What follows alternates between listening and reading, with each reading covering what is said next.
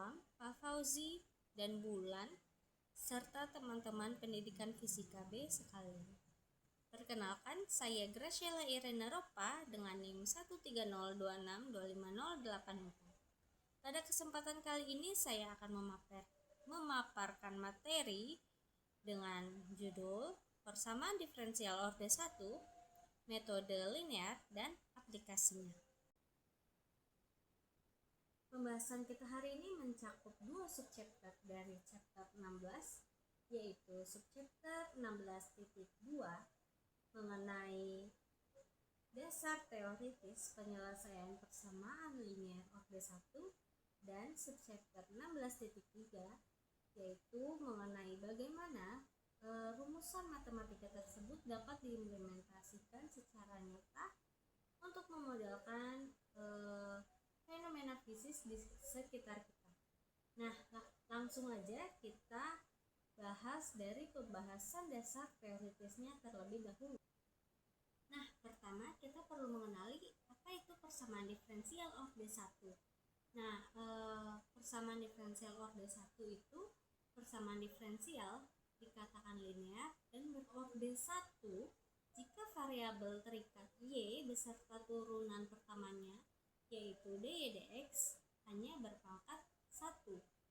Nah, untuk menyelesaikan persamaan jenis ini, kita wajib membawa persamaannya ke dalam bentuk standar, yaitu dy dx plus p x plus p fungsi xy sama dengan q fungsi x.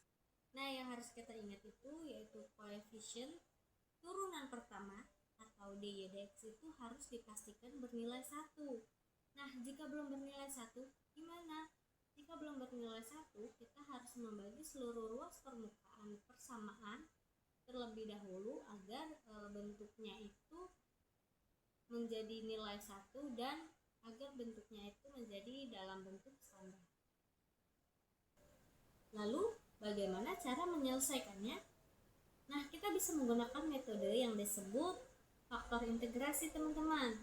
Nah, jadi faktor integrasi ini dapat dinotasikan sebagai V fungsi X.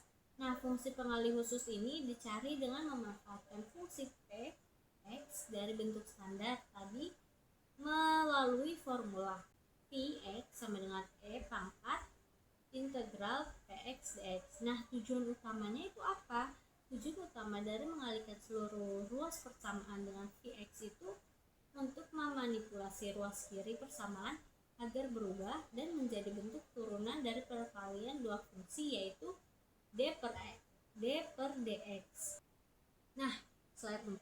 Setelah ruas kiri disederhanakan, langkah terakhir yang bisa kita lakukan yaitu mengintegrasikan ruas kanan yang berisi fungsi qx yang sudah dikalikan faktor integrasi.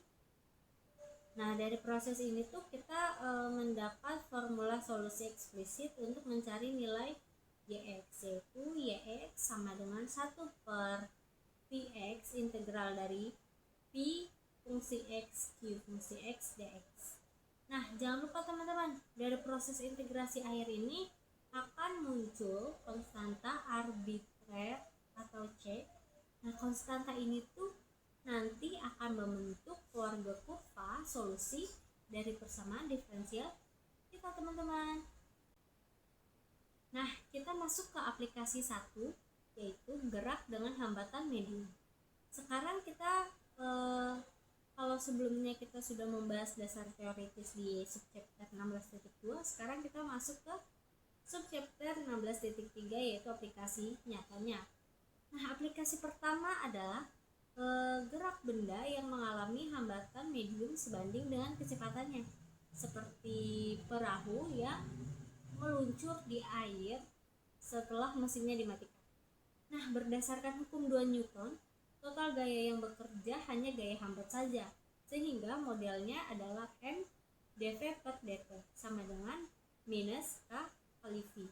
Nah, melalui permisalan variabel dan kondisi awal kecepatan v fungsi 0 sama dengan v0 inilah diperoleh fungsi kecepatan yang melurus secara eksponensial, yaitu v fungsi t sama dengan v0e pangkat minus k per m t.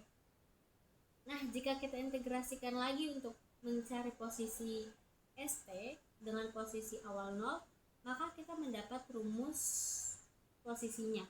Dari rumus posisi ini kita bisa mengetahui nih jarak maksimum yang dapat ditempuh benda sampai benar-benar berhenti total dengan cara mengambil limit waktu menuju tahingga, yaitu T menuju tahingga, yang menghasilkan formula sangat sederhana, yaitu S tahingga sama dengan V0M per K.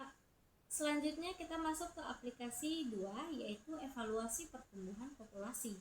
Nah, aplikasi kedua ini beralih ke bidang demografi, yaitu pertumbuhan populasi makhluk hidup.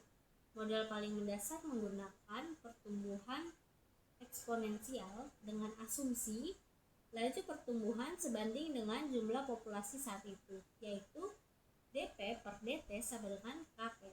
Nah, solusinya adalah P fungsi T sama dengan P0E pangkat kp. Namun pada sub ini tuh model ini mengasumsikan laju pertumbuhan relatif K relatif K selalu konstan.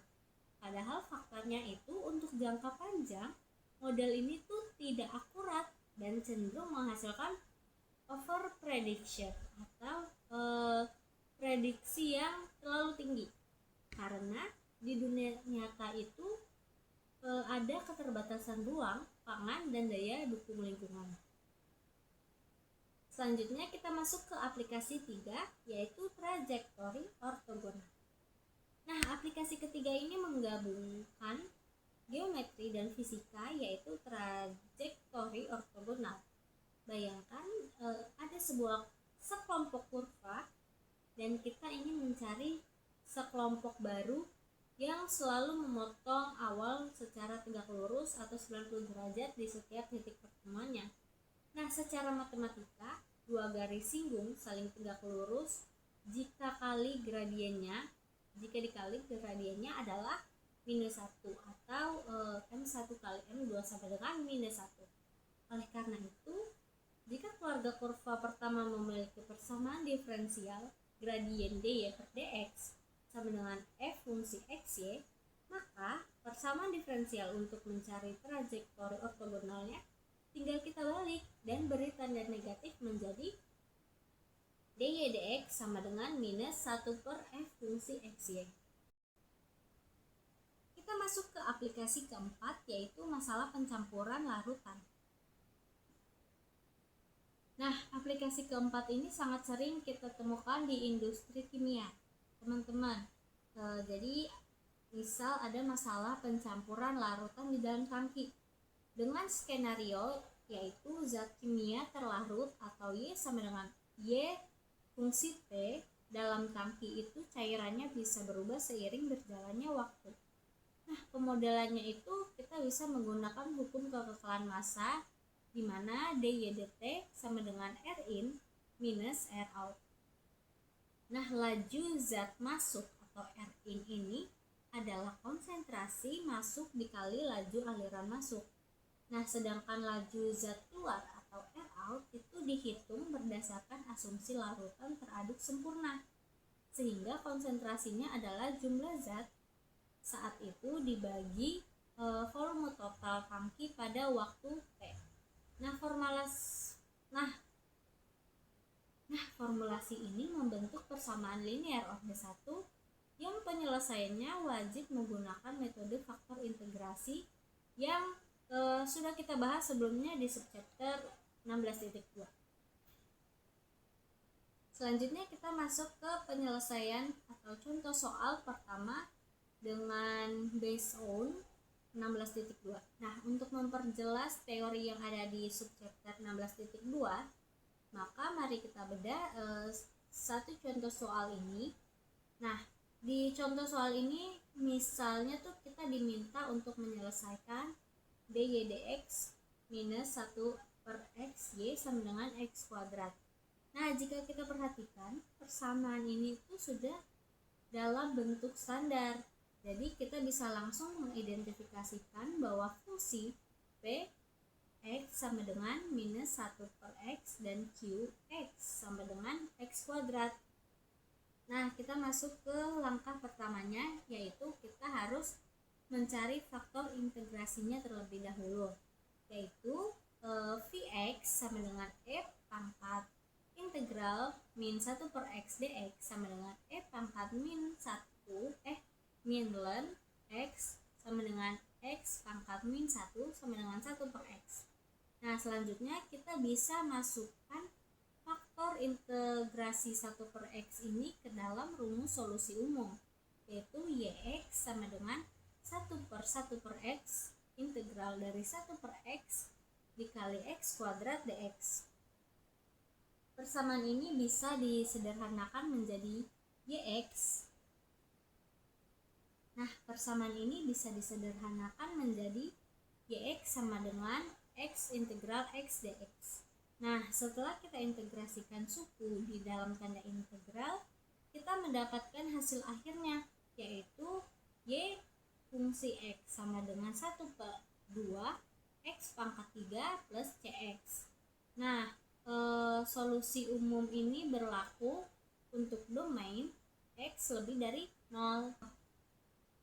Nah, selanjutnya kita bahas ke contoh soal 2 based on subchapter 16.3. Nah, mari kita lihat ke contoh penerapan fisis untuk gerak terhambat. Nah, di sini ada sebuah objek bermassa M meluncur dengan gaya hambat F sama dengan min K per K kali V pada T sama dengan 0 dengan kecepatan awalnya adalah V0. Kita diminta untuk mencari fungsi kecepatannya. Nah, langkah awalnya kita bisa dari hukum 2 Newton kita peroleh persamaan terpisah, yaitu 1 per V dV sama dengan min K per M dt.